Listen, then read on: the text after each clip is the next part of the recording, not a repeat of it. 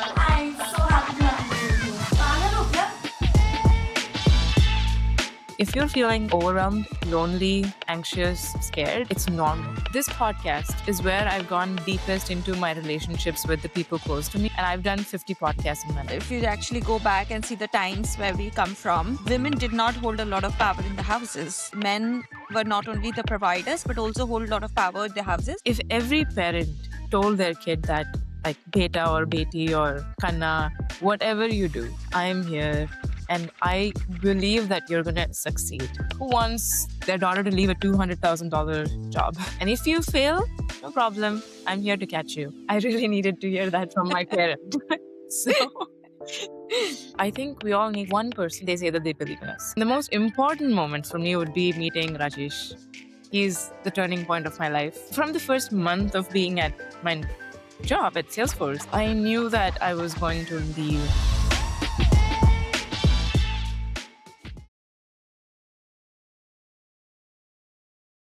All right, I've been waiting for this one. Today's conversation is all about courage. Our guest didn't just dream, she acted on it. She is an immigrant who chose courage over comfort and built a life on her own terms. Soundarya is a two-time author, speaker, and a voice that impacted over 50 million people. Right now, she's working on her third book, her first novel, 1,000 Days of Love, while continuing to grow her career as a speaker and bring together powerful communities of immigrants across the states. But what stands out the most? She kept showing up when it was hard, when the path wasn't clear, and even when she is an introvert. And that's exactly what we are diving into today. Hi, Sandara. So happy to have you over here. Thank you so much for making time. And of course, after all of these back and forth conversation over the last few years, I think I'm super excited that it didn't happen at that time and it's happening at the moment because I feel like you have grown so much in last few years and your journey has been so inspiring. And of course, I'm sure you have got a lot of perspective to share with all of us today. Welcome to Deep Dive with Deepika podcast. Love it. Love the name. It's like rolls off the tongue. Deep Dive with Deepika. And very happy to be here. I think this is going to be a really reflective conversation for both of us. Thank you so much. Yeah. What moment in your life, Soundarya, the direction of everything changed for you? Okay. One moment where everything changed. I feel, honestly, every single person I meet is that moment for me.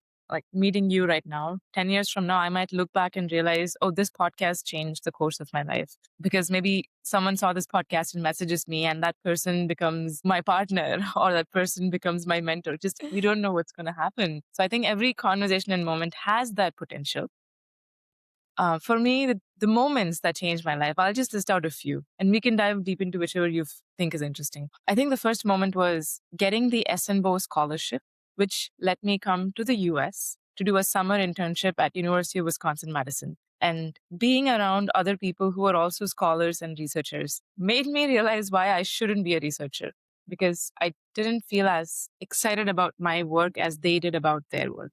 That's I think the earliest moment I can think of in the last 10 years. And then the next moment would be the moment I met a product manager from Google and had a conversation with him when I was at Columbia University for my master's. I didn't even think about PM until then. I didn't know what's a product manager. But meeting him introduced me to this new field, and then I went down that path. Surprisingly, I cannot think of a moment when I decided to quit my job.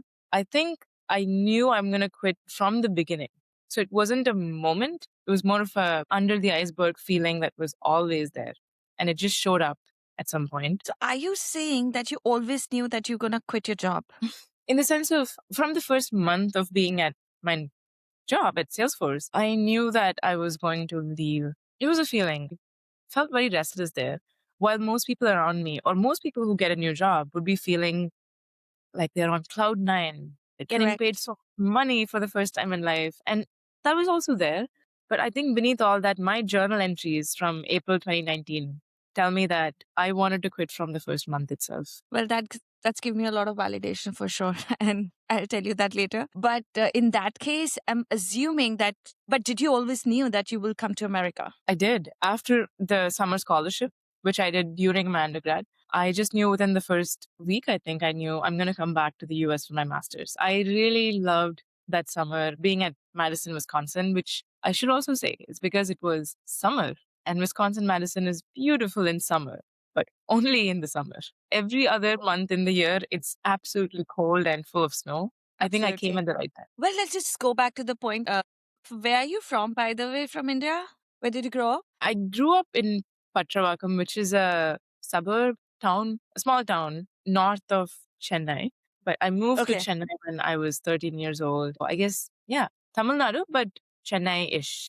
Yeah. That did you go to your school undergrad in Chennai or somewhere else? I went to NIT Trichy, which is not in Chennai. It's also in Tamil Nadu, but it really felt like I went to a different universe because that's the very first time I'm leaving my house and going somewhere Absolutely. else.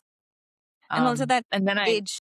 I mean, I have so much respect and admiration and almost shock for people who leave to a new country for their undergrad because I came for master's and it still felt too much all too soon. For someone who's an undergrad, I can only imagine. Absolutely. And who do you think supported you the most at your home? Your father, your mother? Do you have siblings who knew that your education to NIT or your education to the US? Who was that nudge and the push in your life? I think for education, definitely my father. He grew up extremely poor, extremely poor. I mean, to the point where you don't get more than one meal a day, if that sometimes. And he had 5 other siblings, so 6 of them were, and he also lost his father when he was very young. So I think he had a very difficult upbringing, which I only know a little bit about. I don't even know the full extent. So he really pushed both me and my brother, my older brother, to pursue education. And I think because he cared so much about it, I also cared so much about it. So I was a top ranker throughout most of my school days and college days. I really cared about grades, which I wish sometimes I hadn't cared so much. But I think I don't even think it was a question that I would go abroad. It was just always assumed I'm going to go abroad. And it was a source of pride for my father and mother to know that I got into Columbia. So that was so in all ways your family was very, very supportive when you actually got the admission and the scholarship, right? So you didn't have to fight it through to that decision of going outside India to study. Not for that decision. There was definitely resistance for me quitting my job, but not for the Okay. Yeah. I think we'll come to that later. But then I guess so. I'm absolutely so happy to hear that as a woman that it was easy for you to pursue masters in abroad. No, I was 21 when I came, and I was actually a year younger than most people in my experience level because I joined school a year earlier, I think, than most people. So, yeah, I was pretty young, 21, and so full of hope and wow, this is a new country. Everything is so rosy and sunshine and rainbows. I think, sorry, you asked what was the hardest thing after landing? Yeah, I mean, that first moment that you land, that feelings are so different for everybody because of, where everybody comes from. Yeah, and what age they come from. Like, if somebody's coming at 21 versus 31 with the different background. So, what is your personal experience of uh, landing in a new country as a 21-year-old to pursue masters in one of the most promising university and in one of the biggest city? Yeah, I think that first day encapsulated everything about the US that I was scared of. So the first day I land, and I'm already sick when I'm landing. I got Shoot. sick on my flight. So I land after 25 hours of not sleeping, and I'm sick and I'm tired with 2 suitcases. I get home, and just so you know, the way it works is you find people who go to your same university or class through WhatsApp groups. And then you just decide to shack up with 3 of them. You don't even know who they are. So it's not like you go through some interview process. So 4 of us just decided, okay, let's live together. And then I'm landing and I'm walking into the house with these people who are strangers to me because we've never talked before. We've just texted on WhatsApp. And as soon as I walk in, they're telling me that they're going to spend the entire day outside roaming Times Square and Ellis Island and all these touristy places. Like an idiot, I say, I'll join you instead of going to sleep. So I decide to go out and then they join a group of 25 other people, a big group of people. And you should know that I'm an introvert, still am. And I get extremely quiet and I shut down when I'm in groups. I mean, I know how to be an extrovert now. I'm a lot more confident and fearless when it comes to interactions. But back then I was still very scared and I was tired. I was sick. I was hungry. So that day was horrible. The entire day we were roaming. I was so awkward with people. I didn't know what to say. Every time I said something, I would think, oh shit, did I say the wrong thing right now? What are they thinking of me? Do they think I'm a freak? And by the end of the day at 10 o'clock, I was so tired that I told them, guys, you carry on. I have to go home. So me and one or two other people, we left on the subway back. This guy got dropped off somewhere else. And I remember I went to the wrong location. Instead of going to the right subway, I think I took the wrong one and ended up in Harlem. Harlem is a very unsafe part in New York. If there's one thing that I heard over and over and over again in the 3 months preceding, it was don't end up in Harlem. It's extremely unsafe. And then on my first day, I end up in Harlem. At 12 o'clock, my phone died. I don't have a jacket. It's freaking cold in New York. So I just remember thinking, this is my death. Someone's gonna kidnap me or mug me or shoot me right now. So I remember running home. Thankfully, I knew the address and everything in New York is very ordered. Correct. So I just ran home. And all I remember feeling that first night is I just remember crying in the basement of the apartment for an hour and thinking, why did I come here? Why did I come to this strange, cold, and very unfriendly country? And that was my first impression of America. Thankfully, I had such a bad day the first day that it only went up from there. So the second day was much better. That was my first impression. Do you think that the one thing that people need to know about moving abroad that was just missing in your narrative or anyone's narrative, I guess? What one thing that from your experience that one should be absolutely prepared for? I don't know if it's missing in narrative as much as it's the difference between reading about how to play the guitar. You can read 10 books, you can know every single chord pattern, but actually picking up a guitar and playing that first chord and feeling the metal against your fingers and it cuts in. I don't know if you've played the guitar. I used to learn it. And the first few months when you're learning, your fingers, like, this starts to peel your hands because Yeah. it cuts in. Correct. And you can read about that, but actually touching it and playing and practicing is different. So I think people just need to be repeatedly told that this is a hard journey. It's absolutely lonely in the first few months and maybe even beyond that. It is full of culture shocks, even little ones. Using toilet paper was a big thing for me. And not using water when you're going to the Right. toilet, that's so weird. It's still weird for me. Or where in the US, everyone's so friendly when you go to a shop, a grocery store, they're asking, hi dear, how's it going? No one does that where I come from. And so there's all these little things, even the way the words that people use, they say garage here, or they might say something else where you come from. I think every single step of the way, people have to realize if you're feeling overwhelmed, lonely, anxious, scared, it's normal. It's expected, even. It's encouraged to feel all these things because that's the price of economic mobility. That's the price of exposure and adventure. So I just hope people really, really, they're kind to themselves if they feel these things because everyone's felt it. And you touched upon loneliness, which is very, very talked about topic for immigrants. So do you think in your journey you were able to build strong friendships right away or it took some time to navigate that? Because I feel not only the fact that you're in a very diverse place, but also even as an Indian, we are very diverse. We also come out of our own bubbles and we actually understand more India. I think for me, I learned about more India when I was in US than being in my India because my India was very different because I was in my bubble with my culture, with my people. Most of my friends are from my culture, so the food looked same, language looked same. And when I moved here, of course, I am the lonely person from the state I come from and the culture I come from. And for the Western world, we are Indians, but to navigate even as Indians in that Indian circles, but also with the other, obviously non-Indian. So how that has been for you? I wish I had stayed in the International House at Columbia. It's something called the I House, Okay. where it's more expensive than if you just get a house on your own separately. So I was trying to save $700 a month, which in hindsight seems so penny wise, pound foolish to me. But anyways, but my class had a lot of international students, a lot of people from China, France, Philippines, some Americans, and Indians, of course. I think so. Is the question of how did I mingle with these people from other cultures? Or, Yeah, like what has been your experience of yeah, mingling with different culture, but also building bonds? Because that's also very important, I feel. So were you able to do that or it was just hard? I think I wasn't able, to be very honest. If I think of the friends I had from Colombia, they were all Indian nationals. I wasn't able to do it for other people. And it's because it's nothing to do with them, everything to do with me, because it's strange to say this now, but this is what I felt back then. I felt small around them. I felt like I was inferior than these people from France and Philippines and America and China because I had never, yes, once or twice I might have met someone from another country when I was in India. It's very rare. So when I first met these guys, I just felt like they were all better than me in different ways. The person from France was so much better at mathematics than me.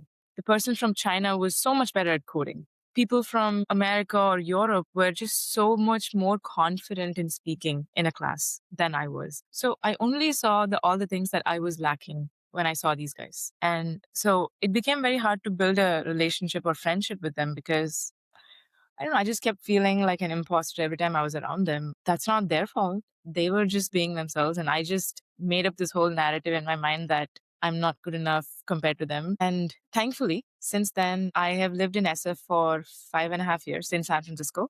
I've lived in 5 communities with people from dozens of nationalities. I've met people from dozens of nationalities. So now I think it's still like there's a tiny sliver of it still there, but I feel very confident. I don't think I let someone's nationality make me feel anything. I think if anything, I'm just more curious about, oh, you're from Yeah, Germany. Tell me about that. right.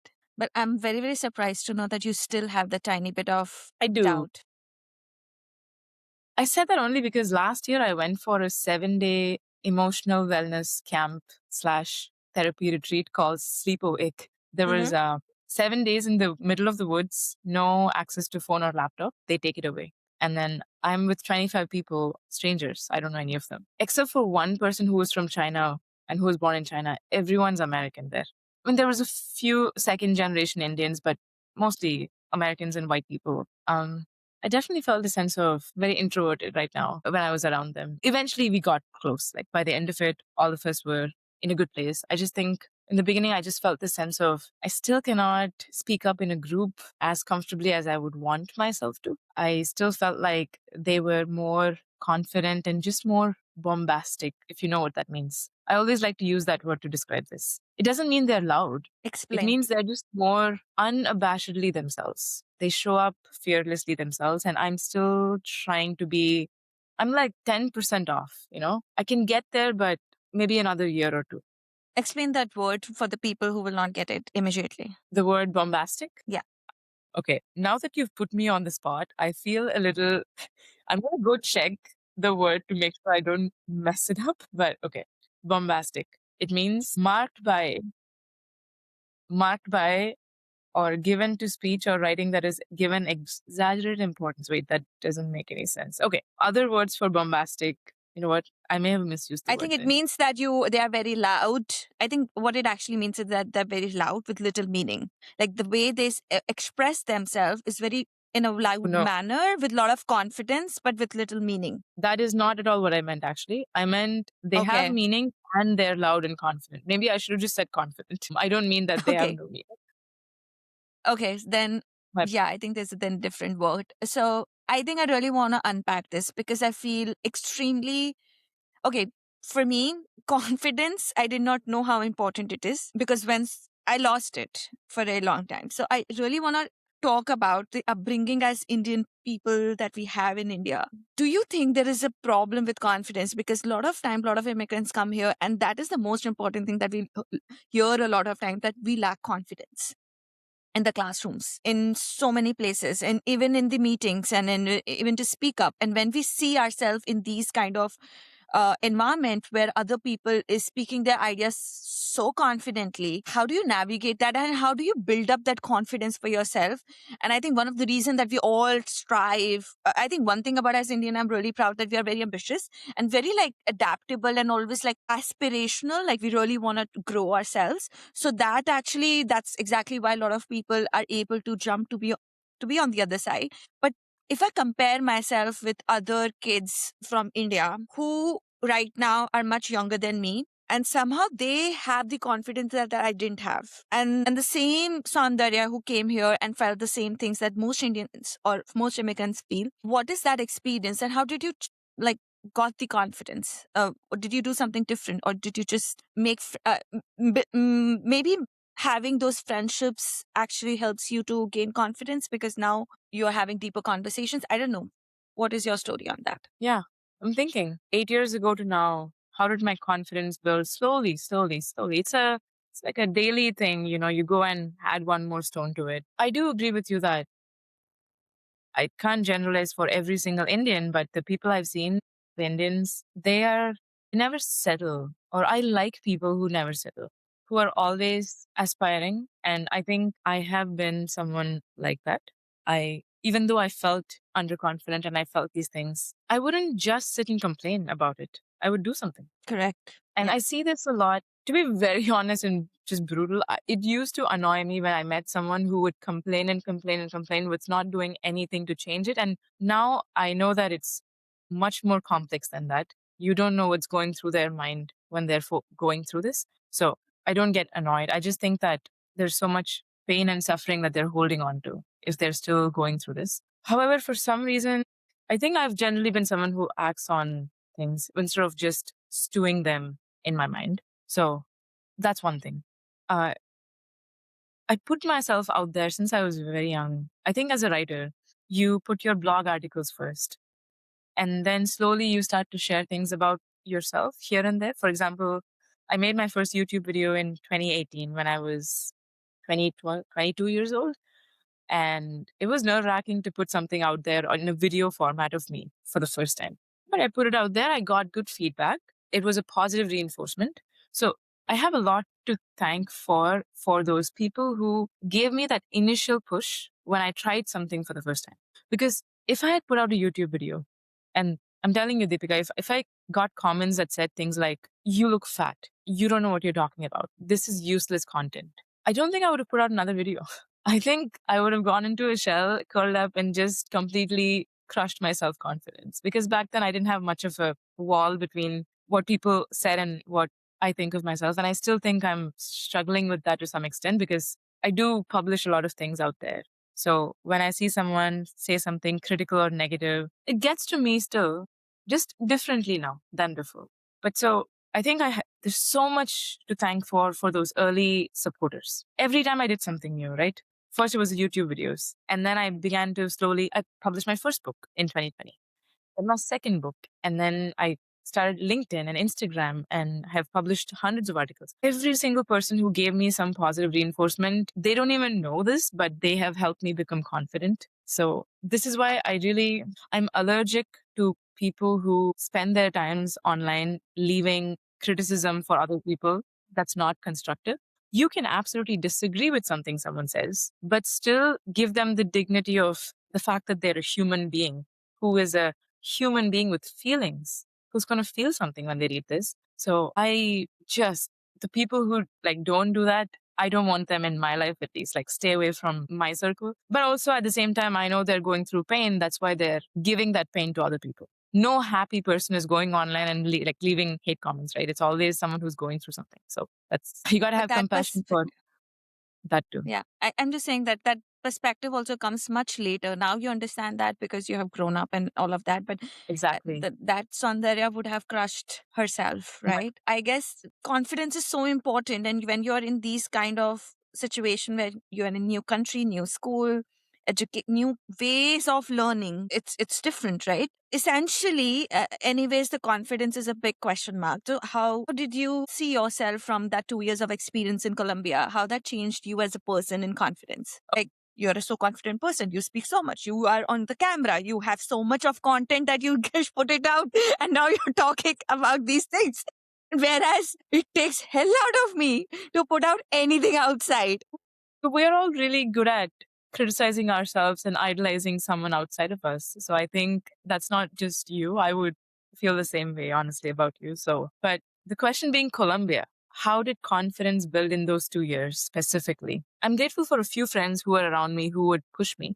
Thankfully, there weren't many negative influences. And this is such a big thing because right now I can truly say in my life, all the people I speak to on a daily basis, the people I work with, people around me who are closest to me, the kind of support that they offer is life changing. I mean, I would cry if I think too much about just all of these people and what they've done to help me in the last 5 years, especially It was after Columbia, though, I would say. So for a student who's listening, you are 90% of who you spend your time with on a daily basis. I know it sounds like a cliche to say this because it's been said, but if you're around people and all day they're thinking about bringing someone else down, or all day they're thinking about, oh, let's go and build this product that's going to, I don't know, give tobacco to kids. I'm just saying something, something that's absolutely destructive to society. If you're around such people who smoke all day, who drink a lot, who don't exercise, who don't take care of their health,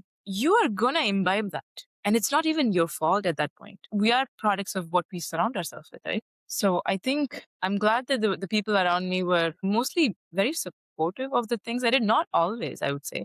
There were instances where it wasn't the case. In Colombia specifically, I mean, not after Colombia. But yeah, I think that really helped. So I can't emphasize this enough. And it's not even people around you can be toxic in subtle ways. It's not always obvious. It's not always someone holding a smoking, a cigarette in their hand and smoking all day on the wall, but it could be also someone who is subtly nudging you to not try for something. For example, if you go to someone and you're saying, I'm really excited about this job, I think I should apply for it. And someone's like, really? You sure you'll get it? Maybe you shouldn't try for this. It's very subtle. You might even think they're helping you because they're like, I just don't want to see you get upset. So I don't think you should try for this. But that's not what you really need to hear in that moment. They can disagree with the fact that you shouldn't apply for this and still support you. Oh man, I feel sad for people who want to aspire for more, who are willing to put in the hard work, but just are in the wrong environment around the wrong people. Anyways, I went on a tangent there, but I just felt so passionate about this topic. Basically, this actually makes a lot of sense in your life, that who you are, who do you surround yourself with, the 5 people that you surround yourself with, they actually impact your life so deeply. Is just validating my own life that has really screwed for a long time. So maybe getting a therapy out of you. It's really comforting, I think, I'm so happy you're doing this podcast because it's comforting for me to hear that you've also gone through this and you feel this way. And it's going to be comforting for anyone who's listening to us and feeling like something about my close friends is not feeling good for me. I think I need to figure out if I should invest in this relationship or not. I think that's actually changing their life, even if they don't realize it just then. It's a thing, right? First of all, you don't know at that moment because you're deep into those relationships. You don't realize it. And then I feel like, isn't it a saying that if in a relationship of a girl or boy, if there is a breakup and one glows up in their life, that actually tells you what was the problem, who was the problem? Sometimes, I don't know Sometimes, the I mean, saying, but I guess that makes logical sense. Keeping all other factors the same, sure. Yes. yeah, if you keep everything same and then if one person actually blows up, that tells you a lot about what was wrong at that moment. But that can only happen after certain years, right? And I think that has exactly happened in my life. I think the kind of person I was, despite of everything that I was doing, I never felt enough. So yeah, this podcast isn't about me. So I'm gonna be very mindful of your time. But I really want to know about your experience as a product manager in Salesforce, because you did crack a huge job in a big company. And anyone who comes from India, from a tech background, going through an amazing school, all that person want is to be in a great company and have a legit great job with a great money. And you did all of that for yourself. So how that feels for you? But also that I know in this conversation, you said that on the first day, you also knew that you want to quit it. So yeah. Good. And honestly, it had nothing to do with the job or company. Everyone at Salesforce were nothing but wonderful to me. And if anyone from Salesforce is watching this, you guys were awesome. I wish I was wired differently. That's it. I got Salesforce internship first when I was at Columbia. I would say that it was partially luck because I applied in February of 2018. I didn't hear back until April. Suddenly, out of the blue, I get an email from someone saying, you have been, like, congratulations, you have an interview with the manager. So I had one interview and then a follow-up interview with my manager. And then I got the offer within a week. So it was so fast. I spent 8 months looking for an offer and then I got it within 10 days once I got the email. just felt so fast. And Salesforce internship, they did so much for us. They gave us a very nice house in Bellevue where I was. They gave us a very good salary. My manager was just one of the sweetest people. He just messaged me last week saying he's coming to SF, my internship manager, not my eventual manager. And he was great. And he was so sweet. On my birthday, which was July 30th of 2018, which was my 22nd birthday, he told me that he's converting my internship offer into my full-time offer. And he like waited till, I don't know, he just knew it was my birthday. So he told me on that day. So it was such a great gift for me. Yeah. And then I went back to Salesforce full time. But sadly, money is great. Money is important. Money can get you things that make you happy. Unfortunately, on its own, it's not enough for you to be happy. And that's what I realized in the first month itself. Yeah, I mean, I stuck around for 2.5 years still. So I didn't quit right away because I had to pay back $100,000 loan. So I paid it back within the first year because I got a sign-on bonus of 25,000. I sent that all of it back. I already paid back 7,000 through my internship money. And then I paid back the rest within the first year. Every dollar that I made, I sent it back. I just wanted to be debt free. And I'm proud of myself, honestly, for doing that so quickly and so aggressively. And second year is when I wrote my first book, Admit It. While working. While working at Salesforce, it began as it was a labor of love. It's not something I've ever made any money from. It's just a labor of love for me. But it made me realize that I'm meant to be a writer. I mean, I'm meant to be more than just a writer, but I'm definitely meant to be also a writer. So I decided to quit my job and then quit eventually in 2021. So that was the moment. That's the thing. It wasn't a moment as much as every single minute every minute I spent working on my book, it felt so meaningful to me. And the worst part of writing a book was still better than the best part of being a product manager at a corporate job. However, now that I have the wisdom of hindsight, I will say I definitely romanticized the idea of quitting a job a lot when I was 25. When I quit, I was 25, and I remember I posted on LinkedIn that I quit my job at Salesforce. It went viral. I didn't know what it means to go viral. That was my very first viral post. And yeah, I mean, it reached 1 million people. I don't know why. But now I know why. I think for a lot of immigrants and people in general, that post was probably a sign of hope that, hey, I can also quit someday and pursue my passion. I'm happy to be that small sense of hope for people. I just think right now I know what it's really like to make money on your own. It's not easy. It's a daily struggle. I don't think there's been a single month since I quit where I've had stability when it comes to money. I'm not saying I haven't made money. I have, and I've worked extremely hard to make everything I've made, but you have to be okay with uncertainty. It's not for everyone. I would say it's not for most people, actually. The kinds of things I've navigated the last 4 years and 3 months since I quit. If I had known this when I quit, even I would have been scared to quit. So I would just say that. I would have been scared. I would have quit still, but I would have been very scared to do it because it's like, I don't know if you've, I ran a half marathon last year.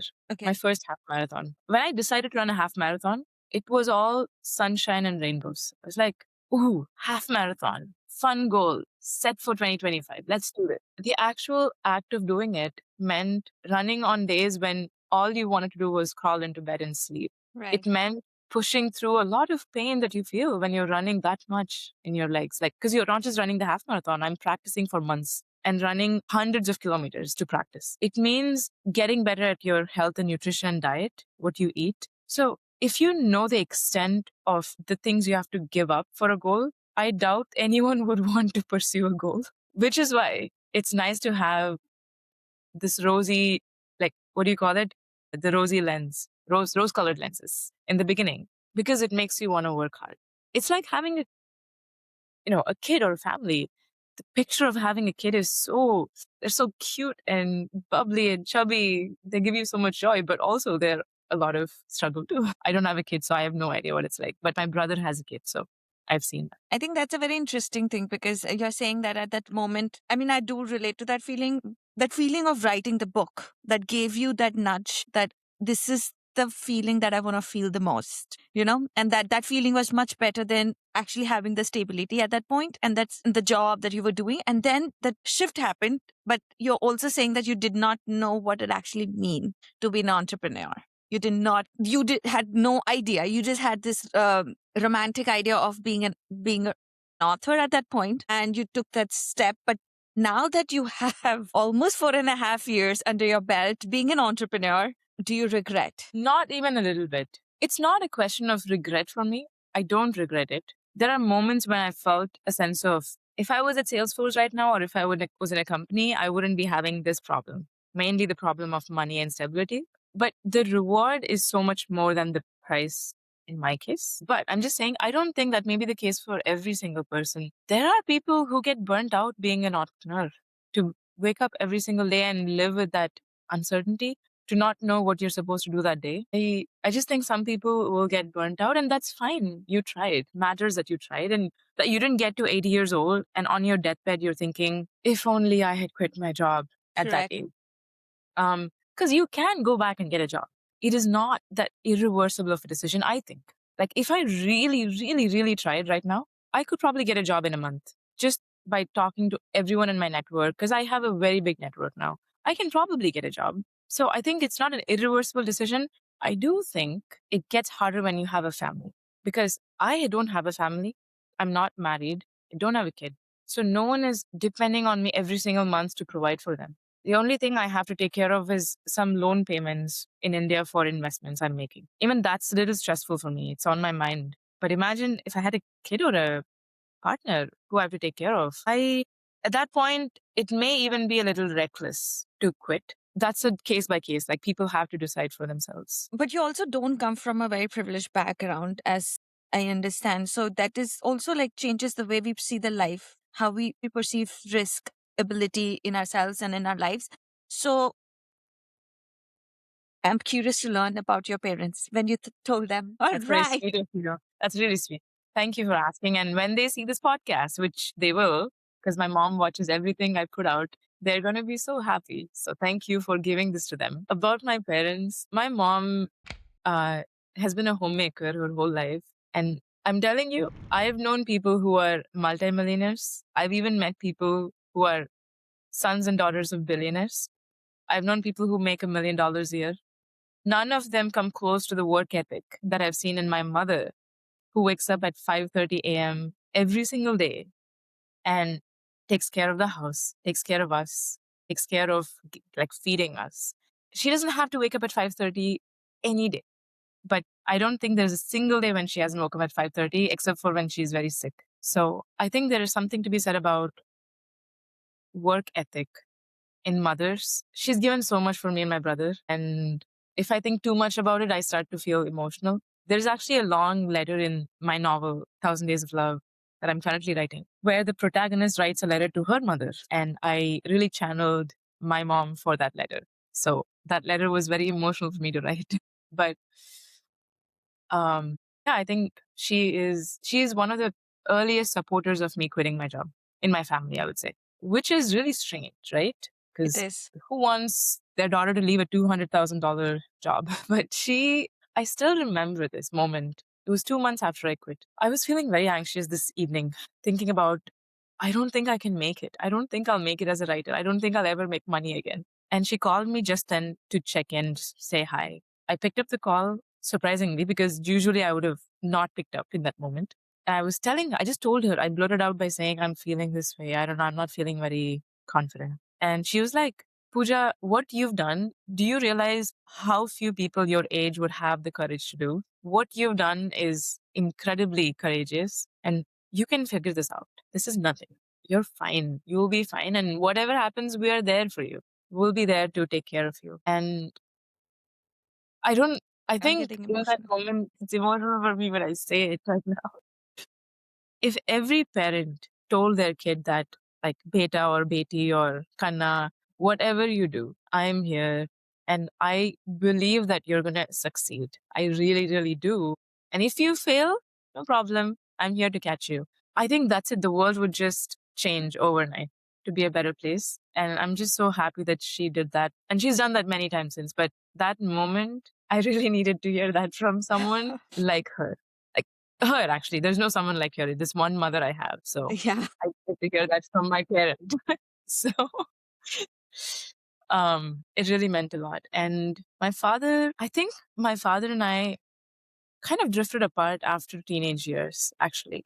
Even during teenage years, because where I grew up, he was away. So the first 15 years of my life ish, I wouldn't remember him too much because he would just come in on the weekends or once in 2 weeks. And he didn't spend that much quality time with me. And I know why, because he worked so hard for our family and he just took whatever job he had and he had to do that. Because we didn't come from any sort of money. I think we worked, like they worked their asses off for us. But I think that also caused a rift between us because he was away for so long when I was young and I didn't get a chance to spend a lot of time with him. When he came back, so he retired when I was 15 years old.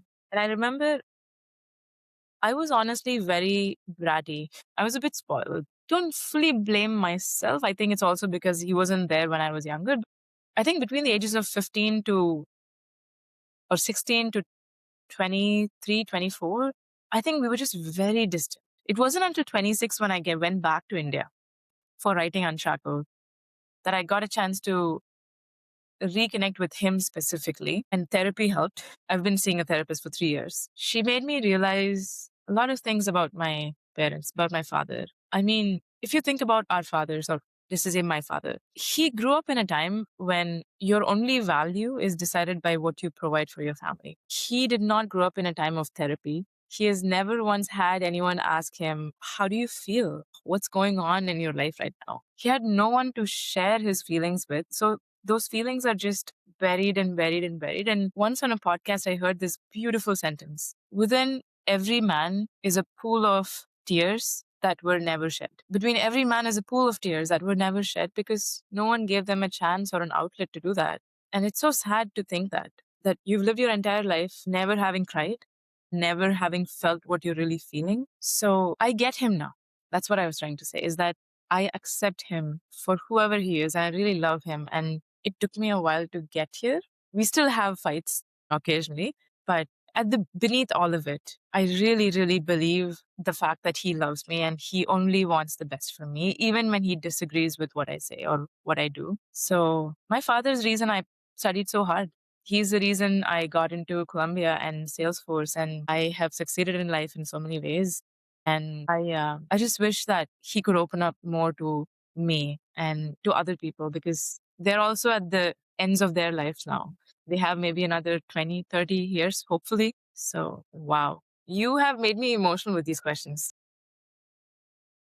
There's a quote: behind every successful daughter is a father who never gave up. I love that. Yeah, because essentially, if you actually go back and see the times where we come from, women did not hold a lot of power in the houses. Men were not only the providers, but also hold a lot of power in the houses. So if the man chooses to have a progressive house, you can see that after 10, 20 years, how the family grows versus an orthodox family, wherein you do see things very differently turn up into after a few years. And now things are different because now women and men do both in, and I wouldn't say in majority, but in a lot of contexts, they have equal power because India is very different. So it's very complex country that we come from. We as women, we have a lot of voice at this point, but that wasn't the case in their time. So I do feel that who you are has a lot to do with the father who chose to trust you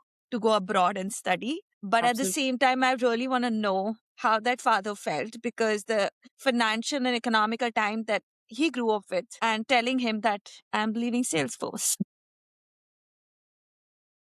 God, he did not agree at all. But I had been telling them for a year before I quit. So it was far from a surprise. They knew. They knew that their daughter is about to quit. They were just praying that, oh my God, let this happen 10 years from now, 20 years from now. And then I did it within a year. Oh God, you are helping I'm me a lot. incorrigible. Rajesh would say, you are incorrigible.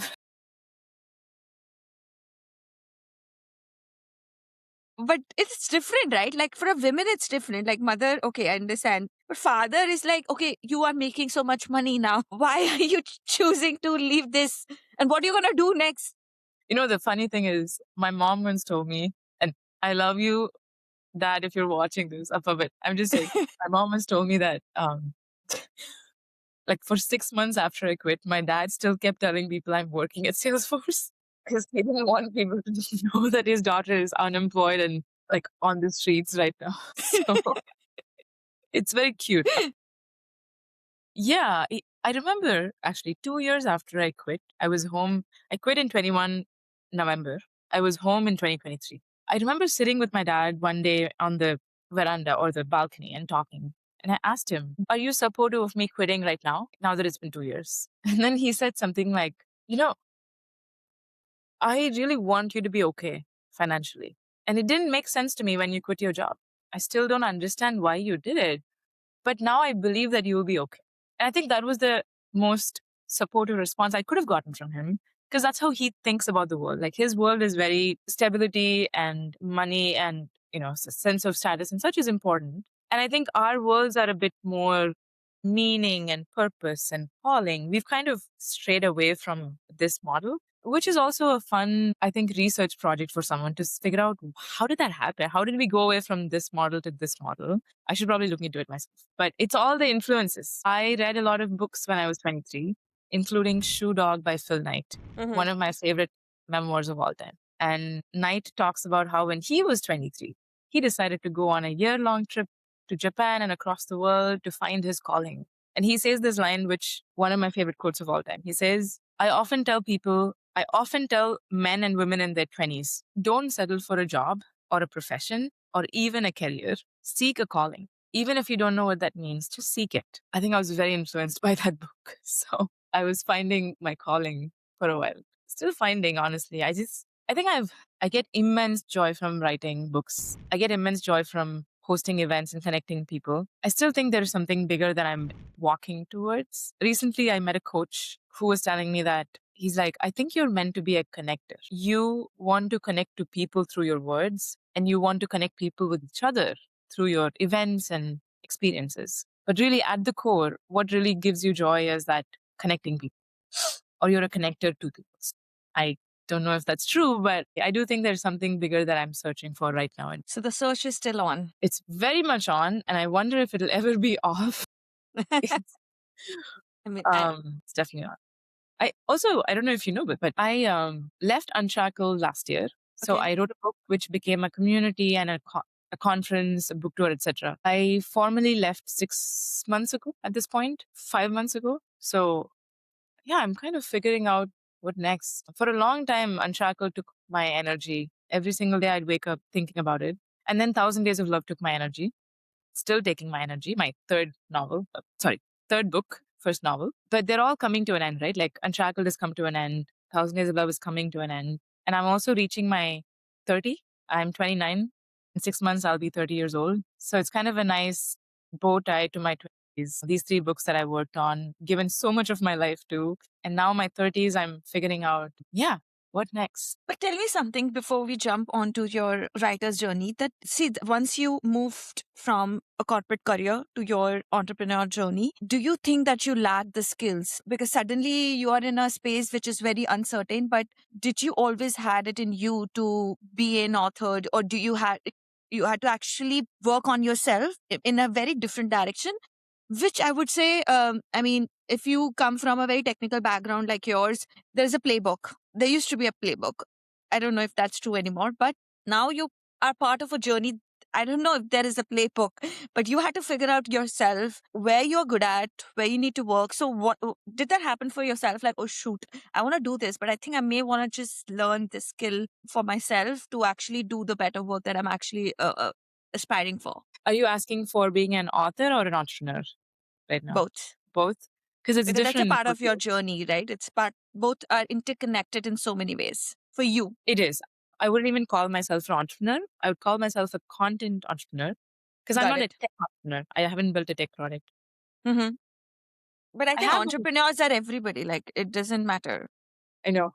It's just a very fun industry, but entrepreneur could be someone who is just selling like napkins. That's true. I really feel like I was swimming while learning to swim. That's Mhm. how the last 4 years have been for me. I didn't get a class on swimming first, Correct. read books on it, and then decide to do it. It really just felt like, except for my novel. I think for my novel, I did have to read a few books first. Okay. I didn't know how to write a novel, right? It's new for me because I had been writing nonfiction since I was 16. Just through articles and blogs and essays, I've been writing it in some form. But the novel was a very novel experience for me. You see that wordplay? That's why I'm a writer. It required me to read a few books. It required me to listen to a lot of podcasts on storytelling. Yeah, I was almost going to take a fellowship in London as well, but I couldn't because of an incident that happened on my second day when I got assaulted. It's a long story. I never started the fellowship, so I sadly couldn't go through that.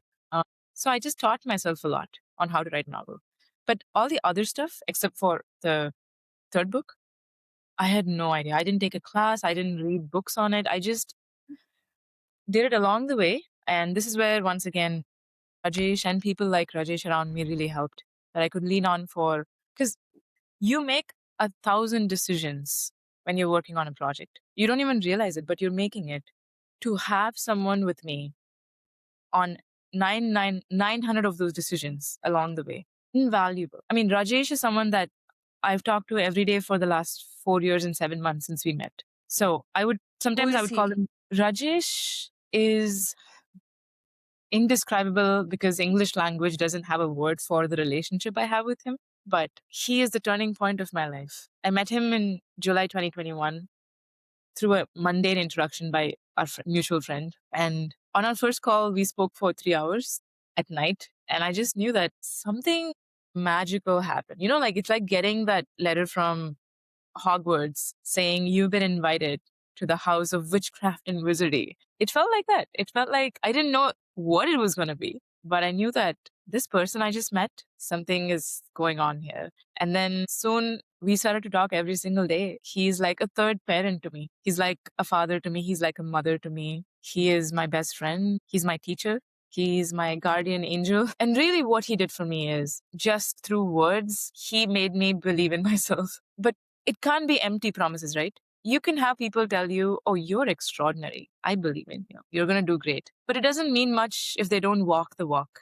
And that's the difference. Rajesh did. He's the one who put me in touch with someone who helped me quit my job. He's the one who's introduced me to more than 200 people in the last few years in his life. And it's not just me. Every single person in his life adores him. They would do anything for him, anything. And that's because he has done so much for them in his life. He's lived a life of service, of generosity, of giving back first. And he did that with me. When he didn't even know me, he did so much. And so I think when you come across people like that, it's like a pattern interrupt.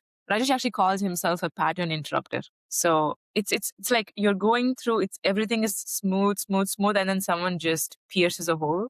And you're thinking, this person is too good to be true. I don't believe this person. They're just conning me. And that's what a friend of mine told me first, that this guy, Rajesh guy, he sounds like a cult leader. Don't believe him so much. But then that friend met him and now they are extremely close as well. So some people are like that. I mean, it makes you believe in goodness when you meet such people, that life can be really great, actually. And I don't mean to also idolize him because he has his flaws. He goes through a lot himself. He has Parkinson's, which he's very public about, so I'm saying it. He got diagnosed 11, 12 years ago at this point. So he goes through a lot of suffering and pain on a daily basis that we can't even imagine. But he's the person who showed me that you can be joyous and happy through the pain too. And he is the reason behind my third book. I don't know if you know that, but 1,000 Days of Love it began as an ode to Rajesh first. It's a story of a young girl meeting an old man who changes her life. So it's inspired by my relationship, but it is fictional though.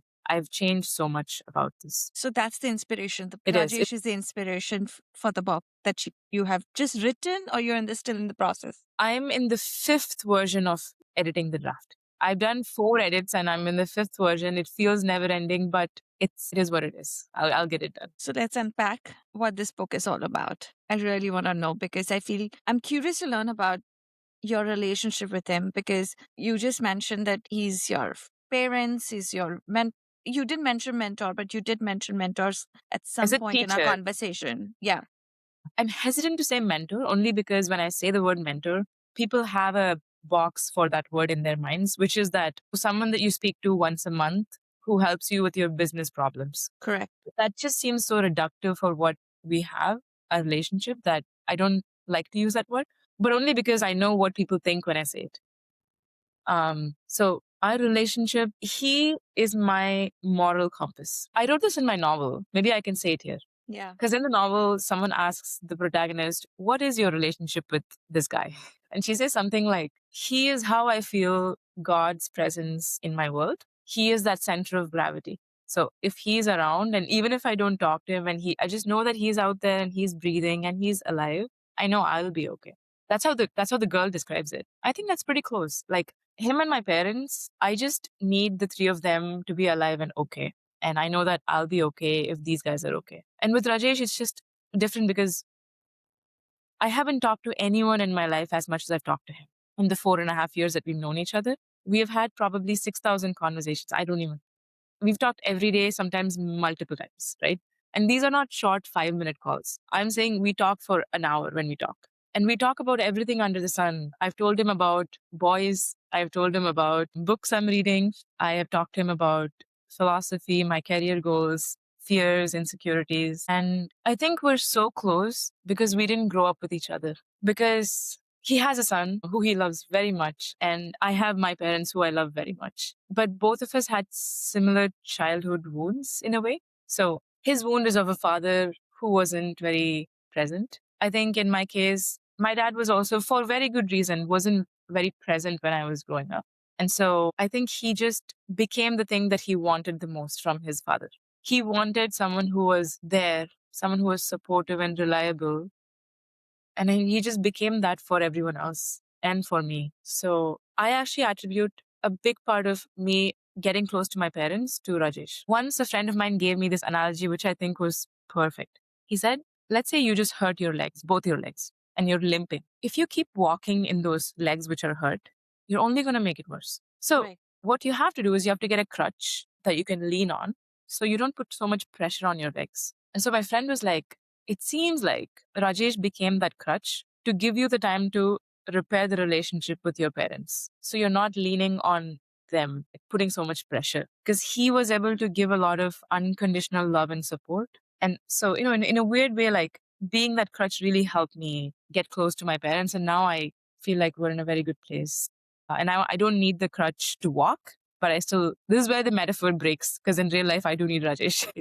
I mean, in different facets, right? That was just one facet. But now, and other than that, like, I'm very curious to learn, like, what conversation that helped you to pursue your passions. And I think we all need one person in our life who believe in us. And it could be anyone. Remember, I was reading this book from this guy, Veerdas, and he said for him, it was even his family wasn't present when he was in India. So it was his teacher, and he was not very good student, so he was actually good at debates. And it's very unconventional in Indian system of education that you are forgiven for not being good in traditional subjects, but actually getting encouraged for doing more and more debates. And look where he is at the moment. Somebody actually trusted him when he was in school. So I think because the moment you left a stable life, I think you found him at that point. And I think you have walked a very I met him before, and he is the Mhm. reason I left the You were stable. able to do that, right? And you were able to do that. It's just somebody gave you that courage to follow a path. Because I think I'm also assuming, sorry to assume so much, but because nobody maybe in your family has taken this kind of wild decision. So you don't, I don't know, I'm saying because of my own life, like I don't have any role models. I have this wild soul in me. So when you do those things, this kind of conviction helps you because you don't have any role models. People around you have taken usually a safe path. So, how that helped you to build yourself up from there, that I'll be okay and I'm going to figure it out, and how this. So, I just want to unpack more on that. And also, I feel it's a very unusual relationship. So, It did is. you feel that people around you are not okay with it? Absolutely. To your first point, I agree. I think we all need someone who just one person who can truly believe when they say that they believe in us. And I remember one of the earliest conversations I had with Rajesh. I am an obsessive note taker and I journal a lot of things. So I have this in my journal as well. I wrote once when I told Rajesh that, Rajesh, I don't know what I'm meant to be because I really enjoy writing. I'll also like to be a product manager and I want to be an entrepreneur and I also want to create courses. I feel like I'm so unfocused and I will I just feel so lost. And he told me, you know, he calls me Soundarya, not Pooja. So he was like, Soundarya, you are meant to be a polymath. And sadly, the world is not built for polymaths. Most people in the world don't understand what it's like to be a polymath or to aspire to be one. But you are. And I know this because people told me the same things. I consider myself a polymath and nobody understood me. I also think the reason we got so close is because we are similar in that way. We like to do multiple things at the same time, and we believe that we can succeed in them when we do it. So he was one of the first people to hear me when I said that and tell me this, as opposed to people telling me, you're too unfocused. Just pick this and do that well before you move on to something else. I don't think you can do all of this. I don't think they were, I think they meant well when they said these things, but they didn't understand me really. He understood me. I don't think for most people, it makes sense that you can write a book while running a company, while creating content online. It doesn't make sense because they think, how can you get all of them done at the same time? But he got me. And our relationship, I think the person I was most scared of was his wife. She is wonderful and I love her. It's just that in the beginning, I really thought that she hated me because I don't know. I just like Rajesh and I would talk so much on a daily basis. And Right. I've gone to their house many, many, many, many times. They live down south. So every time I would go to their house in the early first 2 years, I would feel like, oh, because she's very like quiet and reserved in general. And I took that personally. I would keep thinking that, okay, she just hates me and doesn't want me around the house. And Rajesh would keep telling me, that's not true. Don't think like that. It was just in my head. I don't think, like I said, she is absolutely wonderful and she is the rock of Rajesh's life, which he's told me so many times. I also used to think that his son didn't like me because I was so close to his father. And we talked so much. But I think the same way, Rajesh would think that my parents would not like him because I'm talking to this person so much more than my parents. But my parents have also come to realize that this is a strange and beautiful relationship these two guys have. And everyone in our close circle have accepted our relationship. I don't even know what to call it, like this father-daughter relationship, or he calls me his goddaughter. And I guess I call him my godfather, but that seems odd to me. But he's like a third parent. That's what I would say. So I'm so grateful, honestly, to his wife and son and my parents and my brother for accepting this very deep friendship that me and Rajesh have, because if they hadn't accepted, could have gotten quite ugly. Why it was important for you to accept? To receive the acceptance, you mean, from other people? Yeah, I mean, I also understand. Okay, one thing is about your parents. That's important because those are closer to you. But why it was important for you, for every other person to accept? I'm trying to get to a point where, because I feel a lot of time, it's very hard to have this relationship where people really question it a lot. Yeah. So how do you navigate that? I'm trying to make sense of that. And also, like you also mentioned role model, importance of role model. And I think you were describing him when you said that. So how everybody come to a conclusion that you have not only just a beautiful relationship, but also like you actually look upon to him in so many ways. The things that he may have done, not only for you, but also in his life that he has achieved. So I just want to have this whole picture of, because then all of this have inspired you to actually choose a path of writing a novel, which took another challenge as an author for you. So this is much deeper in so many ways, right? Because you're committing yourself to write a book, which is a long process. So yeah, I'm just trying to make more sense about this relationship and how everyone around you who may not have the same kind of importance in your life, but also very important to you. But how did you make peace with everything? Yeah, if that makes sense. I just complicated the whole thing. Sorry. No, I gotta say, I think you are one of the most, let me think of the right word. This podcast is where I've gone deepest into my relationships with the people close to me. And I've done 50 podcasts in my life. So I really want to say thank you, because what you're giving me and my parents and Rajesh and everyone who watches this is just so precious. So thank you. And really, I'm just so grateful to you right now. Rajesh and the funny thing is, I think there is some sort of a selection bias that people have when they come into my life. Everyone who is close to me that I would consider important love Rajesh. And they've met Rajesh, they've talked to him, everyone. And the thing is, if someone wants to get close to me, it's like one of the things they have to pass Tick. is that they have to be able to talk to him and Rajesh will love everyone he meets. That's like, he's just like that. But I need to know that they feel that I don't need them to talk every day. I don't need them to talk even once a month. But I need them to understand our relationship and respect him and admire him as a person. Because otherwise, I just don't think someone can get close to me as a person. Like, it's just not possible. Because when something is so important to you and the person who's around you doesn't get that, how can you build a relationship on top of that? I don't think you can. I'm sure some people might have seen me talk about him and think, who is this guy? This guy is weird. This relationship is odd. Why does she talk so much about him? Right. They absolutely have the right to think that. Just that they won't be able to get close to me. That's all. What's the story behind your book, 1,000 Days of Love? Why you're writing it? Why? I mean, it's inspired, I understand, but why?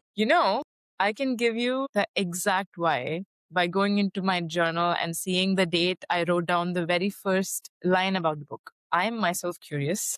So I'm going to check this to see when was the first time I wrote about the book. So just give me like 10 seconds. I'm seeing the journal right now. I remember it was September 2021. Yeah. September of 2021. Mm-hmm. It was also on September 21. I remember now. I saw a post that somebody had made about Rajesh. Yes, talking about him. And that was around the time when I was reading a book called Tuesdays with Mori. Tuesdays with Mori is a beautiful biography of a teacher named Mori Mm-hmm. who was dying of a disease back in 2001, I think, or 1999. Mm-hmm. And his student met him every Tuesday. And he wrote a book on what does it mean to live a good life from the perspective of someone who's dying. It's one of the best sellers out there, extremely popular. I remember reading that book and thinking, I cannot die before I write something like this with Rajesh. He cannot die before I write something like this with him. I just knew that I wanted to write something like that with him. I did not know it was going to be a novel. That came much later. But that was the very first time I thought about writing a book on him, with him, for him, etc. Yeah, that was Why do you, sorry, I was just going to this question, like, who are the people who should be reading this book? That's a I mean, great I question. wish that everybody should read that book, but I just want to know, course. like, what are the insight that really will change people's life, what they're seeking? So who are the people that you feel like this book is absolutely crucial for them to pick this up because they will get the answer what they're looking for? At some point when I was learning how to write a novel, someone told me that you always have to know who's your Sam. Sam is the one person who would get the most out of reading your book. And you have to write for the Sam. So for me, my Sam in the book is likely a 23 or 24-year-old South Asian woman who feels like she has a lot of potential, but doesn't have a single person in her life who's willing to help her reach the potential that she has. It's someone who's feeling lonely and feeling like life has to be better than this. I cannot keep feeling this alone. Something is not going well for me. It's for someone who has a big dream but is too scared to pursue that dream because no one around them is supportive of that. Yeah, I think any of these people would be my Sam. I should pick it up. I mean, I would send you the book myself. Yeah, that's a great question because I think anyone can benefit from the book in some small way, but in a big way. I think the biggest way, honestly, I wrote the book for my 24-year-old self. I was 24 and lonely and sad and didn't have people around me. And I had big dreams. So I didn't have the right influence. I'm sure there's millions of people who feel that way right now in this moment out there. So I just hope I did justice. It's just I'm in my fifth revision of the book, and it still seems like the end line is just so far away. And I feel exhausted writing it over and over and over and over again so many times. But then I talk to someone like you, or you ask me something like this, and it makes me realize why I should finish this project because it's not about me anymore. I mean, the first draft I wrote, that was for me. But every subsequent draft after that is really for the reader, for the person who hopefully this will change their life. A lot of time, a lot of people are not lucky enough to find a mentor in their life or someone who believe in them. And so many times it doesn't come from their parents. It doesn't come from anyone from their workplace. So I think that in that particular moment, I guess this book, do you think this book can actually give them the guidance, give them the comfort that they're looking for? Because that's a very restless stage. I have been in that stage. I think I've been in that stage more than once. I think the book will be an escape and an inspiration, but you still need that person, right? I hope what the book does for them in that moment is it tells them you're not alone. People go through this, and all it takes is for you to be 1% more brave than what you are right now. Because you also cannot sit by yourself in a room every single day complaining that there's no one who's believing in me. I put myself out there a lot. I actively did things. I reached out to people. I sent cold emails. The reason I met Rajesh, by the way, is because I cold emailed someone named Joshua like 8 months before and told him that I'd love to work with you if you have an opening in your startup. And the reason I sent that cold email is because I met a woman the previous night for dinner who was living her dream life. And it made me just feel so crushed that I am not, that I'm still stuck. And the reason I met her is because I cold emailed her after reading an article of hers saying, I loved your article. I'd love to meet you. So you see how I was never passive. I am an active person, I think. And so I just encourage that people are active when they read. So it also coming from a place, that person who was always seeking. Exactly. A person Maybe who's maybe not the mentor at that point. I'm sorry, just like maybe not the mentor at that point, but you have always been that seeker that who would just take that initiative in your life. And something as a reminder, like I mean, this we all talk about in just in our life, that how it is important to send cold emails, because you don't know how that one network actually changes your life in what direction. But also I think it has to come through within. But if somebody, I think I really want to tell people through this that you are that person. There's no way in your life that you are in by sitting and waiting for the opportunity to come to you. I think you're making me realize just how much of an important role this has played in my life. All the cold emails I sent, all the shots I took, that's what changed. If anyone watching this thinks that I'm living a life that they would want someday in terms of freedom or being an entrepreneur or author, I guarantee it will happen if you keep taking shots, if you keep reaching out. And in that moment, I'll tell you, Deepika, it doesn't feel like you're making progress. When I met her for dinner that night, I left crying. I mean, she didn't know this, but I left that dinner crying because I felt so ashamed almost that look at this woman, my age, and she quit her job and she's able to live her dream life. Look at me. Because of immigration or whatever reason, I keep telling myself I cannot quit my job. I was extremely sad that night. And the next morning I woke up and I shot out like 10 emails, cold emails to a bunch of people working at startups that I liked, saying, hey, I'd love to. I didn't even know why I chose those startups. It came to mind. I sent them an email and Josh responded and we spoke. And eventually it led me to Rajesh. So in that moment, I was just so desperate. I was sad. I was lonely. I was ashamed. It came from a place of darkness, I would say. Or maybe a girl who just needed to see it once, that I just need to make that shot for myself. Because I feel as an immigrant, first of all, as a human, it's hard. Second, as immigrant, we live a very different kind of life because there's an added pressure of a lot of other things, which I think back home, not a lot of people understand. And I have this lot of conversation with my people who knew me before. They just see me a different version of mine and they just tell me things that they just never imagined how I am acting at the moment.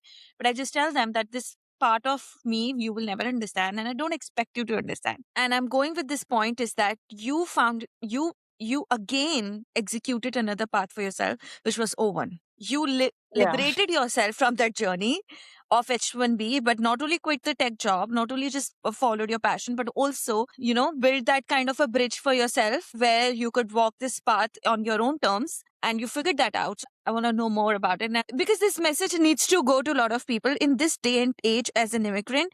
It is very hard because we are also at a space where we want to follow our passion, but we are stuck with the bureaucratic nature of our immigration. So this message I really want to give to a lot of people, that if they have something burning in their lives, how do they find the courage and follow the path and do the work? And, they need to see it from someone like you, because I think you represent a larger sector of immigrants with your profession. So I really want this to come from you. Thank you so much. The O1 is, for years, all I thought about was that every single day.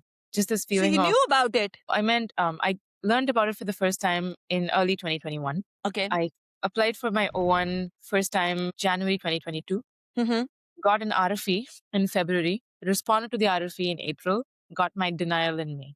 That denial was freaking gut punch. I have talked about this moment in many, many speeches in the past. It's very vivid in my memory because I'm standing in this deli waiting for my avocado sandwich. Daily, I eat the same thing. I'm about to get the sandwich when I get a message from my lawyer saying, I'm so sorry, Soundarya, but they denied it. And it's interesting how a few words it's like a domino effect in my mind. I remember I saw those words. I felt like someone just knocked the air out of me in that moment. I remember giving the money to the barista person on the counter. I gave her an extra tip for some reason that moment. I just felt like I will not be cruel to anyone right now just because you were cruel to me. You meaning the system. Universe, Yeah, system, universe. God. And then I was supposed to spend the entire day working. Instead, I get on my scooter, drive home, crawl into bed, and cry. Rest of the next 40 hours, I'm just in bed crying. I tell Rajesh that I didn't talk to Rajesh. I didn't talk to anyone, no one. I mean, I told him through message, but I didn't want to take anyone's calls. I mean, now I look back and I want to go tell that woman, young woman, that, hey, it's not that big a deal. But I get why it was so important for me back then. It meant freedom. It meant validation. It meant everything to me because I had put so much importance on this piece of paper. I mean, we all have had moments in lives when we want something so much that it's irrational to most people. Like, this kid wants to get into Harvard so much. Why? Why not Stanford? Why not Princeton? But the kid wants Harvard, or the kid wants to become a lead singer in a band. Just we all have these crazy dreams that only make sense to us. And the Owen was like that for me back then. So yeah, I was crushed for a few days and then I moved on. I mean, you can't be sad forever. So I remember waking up the third day. I was like, okay, enough. Let's figure something out. Get back into action mode. And that was the birth of Unshackled. I never wanted to write a book on immigration or build a company around immigration or talk about immigration. I thought at most I might write an essay, maybe. Yeah, I mean, I began working on Unshackled. I saw so much resonance in the market. When I made that post talking about the problem, it went viral. Hundreds of people commented saying, I feel the same way. Like, I feel frustrated with the system. I feel like the only thing that's keeping me behind is a visa. So I think at some point you realize it's not about just you anymore. When you find that product market fit or book market fit, I couldn't not do it, is my way of saying it. I was working on another book at that point, something around work life balance. I did not want to write a book on immigration. But the universe pushed me so hard. It's like gravity, right? You feel this pull and you just can't help it. You just have to do it. So yeah, that's the birth of Unshackled, my second. And this is when you were still in Salesforce. No, after I quit. I was working at a startup part-time and I applied for it while I was there. And when I raised $100,000 for Unshackled through crowdfunding and a grant, that's when I decided to leave the US to write the book because I knew I couldn't set up a company or make money on my current visa. Mhm. So I left. I set up a company from India because back then it was allowed. Not, right now it's not, I believe, but back then it was. And I got the O1 next year in September 2023. I think a year Wow. and I think I had a better story to say. I had another book by then. I had a lot of press coverage. I gotten a grant for $50,000. I had published in many newspapers. So I had more evidence objectively, but also I had a cohesive narrative to put forth saying that, look, I am an expert when it comes to this field. And here's all the evidence. And my O1 application was 730 pages long. It was long. I had so much evidence. And I got the approval within 3 days this time. I was on the toilet when I saw the message from my lawyer saying, he didn't even say you got approved. He's like, hey, Soundarya, check your email with 10 exclamation marks. It's like he's screaming, check your email. So I'm like, okay, this is an approval. It's not a denial. Wow. I'm sure you must have been on different planet I after was reading this. physically shaking. I remember I was on the toilet. I saw that. I was shaking. Because that feeling only an immigrant can understand, the feeling of that, and also that person who is trying to follow the dream, because it is only because of that you're sitting in US and doing something that you love. You basically broke your cage, which most immigrants live on. You broke your cage Unshackled. from unshackled from the immigration system. That one is the inner cage that we live in, which is taking that leap of faith and following the passion that you want to follow and quit the job. And that's one thing that can happen in any part of the world. But this is another cage of having the legal system in place for you that you not only allowed to live your dream, but you can now thrive in it. And because of that, you told me that you are now live in US and India both. So tell me about that experience that you're living, Yeah. which most people would dream to have, right? Like you're living your life on your terms at this point, with of course that comes with living on the edge, which we talked that Yeah. it's not for everyone. But It's not that. yeah, but then you're also living with the dreams and passion that you have. That's a dream for a lot of people. So I really want you to speak to those people who first want to pursue the path that they want. So what they should be doing, and then that legal system that, Yeah. because you didn't want to leave you, because a lot of people just leave US also. So you also had this dream of not leaving US. You so it's different. You're choosing a more difficult path. I'd say when I left the US, I knew I would come back somehow or I'll come back. But it took 9 months. It wasn't fast. It took 9 months and a lot of hard work.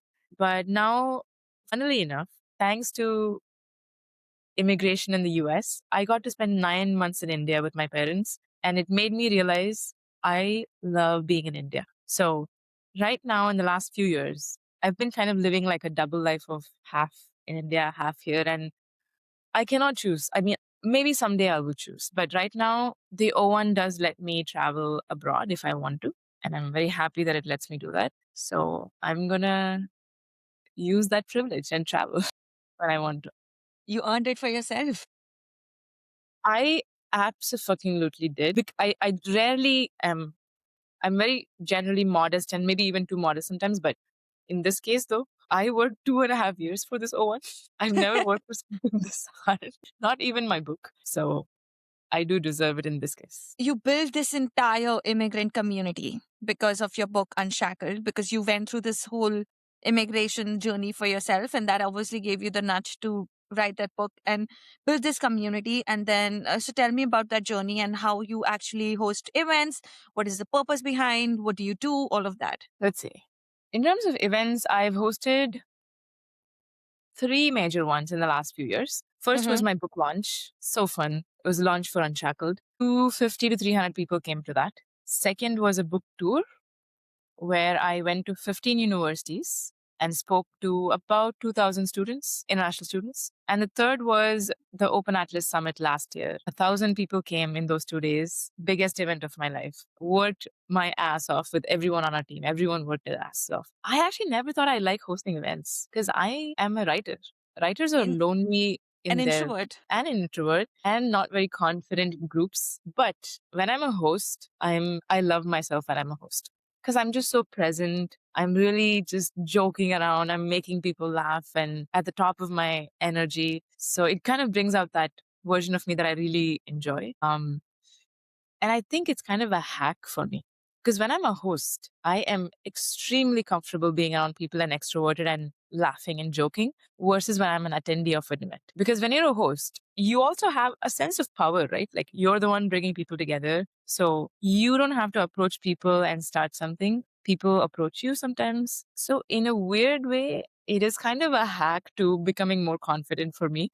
But I also just love bringing a lot of people together and seeing it. They do come with a lot of responsibility because the energy that you put out there, that's the energy of the room usually as a host. So I don't think so. I think it's very, very, from my angle, I think there's a lot of responsibility because if you're essentially introvert and you're in the room, then you need to really step into a different kind of person because you are putting out the energy in the world, in the universe, in the room. So I think it's not that easy. No, and once again, it's one of those things of not everyone can do it. I should tell you, when I was in undergrad, I was leading a club called Isaac, a chapter of a big organization in my university. We did an event back then with 1,200 people. Back then, that was the biggest event I'd hosted. And like almost everyone from my batch came to that event. And you know the funny part? A week before that event, a classmate of mine told me that, hey, I don't think many people are coming to your event. And I was like, well, we'll see. And I think when it's your event that you're hosting, or at least all my events, I think about it obsessively. It's an obsession for me. My book launch, the book tour, the summit last year. I'm planning it for months in my head with people. I'm really good at getting volunteers, getting people together. Uh, all my free time when I'm waiting in a line or when I'm on the bus, I'm sitting on the bus. I'm waiting for my food to arrive. I'm thinking about the event. And I'm thinking, what else can we do to make this slightly better for people? Could we try this?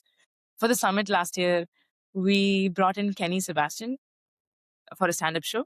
No, like most summits don't have comedians coming in and doing performances. We had a DJ night. We even had a dating lounge, which did not really work. But I wanted to experiment. I just wanted to try a lot of things that will bring people closer and bring people joy and happiness. So I experimented like hell. And some of those worked. Not all, but some. Interesting.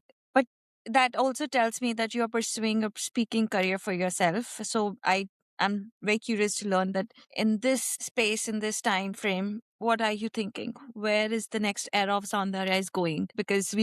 I, because I think you are also stepping into a speaking career for yourself. 1,000 Days of Love is still looming large over my life. I'm still going to take a few more months to finish. And I have to also put it out there, right? So it's another year of promotion and getting it out there, getting it into people's hands. That's a big part of life. Outside of that, I don't know. I mean, I was thinking of an idea where I could start a company that's focused on hosting in person gatherings to teach people human skills and AI skills. It's very early in its ideation. I'm figuring out how I can do this and make it sustainable from a money standpoint. I've also really enjoyed speaking the last few years on stages. So I'm thinking, like, hesitant though to pursue that right now. And I also applied for a master's degree at Oxford for creative writing that's starting in September. So I Wow. haven't got that book. I hope I will. I'll know in a few month or two. Yeah. If I get in though, that's going to be a big part of the next 2 years of my life as well. So I just think I'm in that phase again of planting dots. Rajesh calls it planting dots, where I'm going to a lot of events in SF, attending many lectures. I am doing podcasts. I'm hosting events for people. I'm honestly like, at this point, anyone who approaches me for help, I'm just helping them. I'm not looking for anything in return. But I've just been having so much fun helping people who approached me the last month or so because I have that space now because I'm also experimenting. Where Right. does the next phase of life?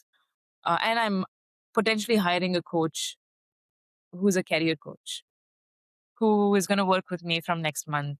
Just, someone to talk through with. So there's a lot of, I'm putting myself out there is my point. I'm not passive. Like we talked about this in this podcast, talked about this a lot, is just put yourself out there. Like do something that makes you scared. When you're doing this, you don't have to do this podcast. No one told you, hey, if you don't do this podcast, like, I'm going to kill you. You're doing it because there's some joy you have in this. You want to meet people, interesting people, and you're putting yourself out there every single time you go on these podcasts. So that's where I'm at. I have no clear answer, sadly, except I am not giving up. I'm just going to try for a while. High five. Because I feel I really resonate with your soul.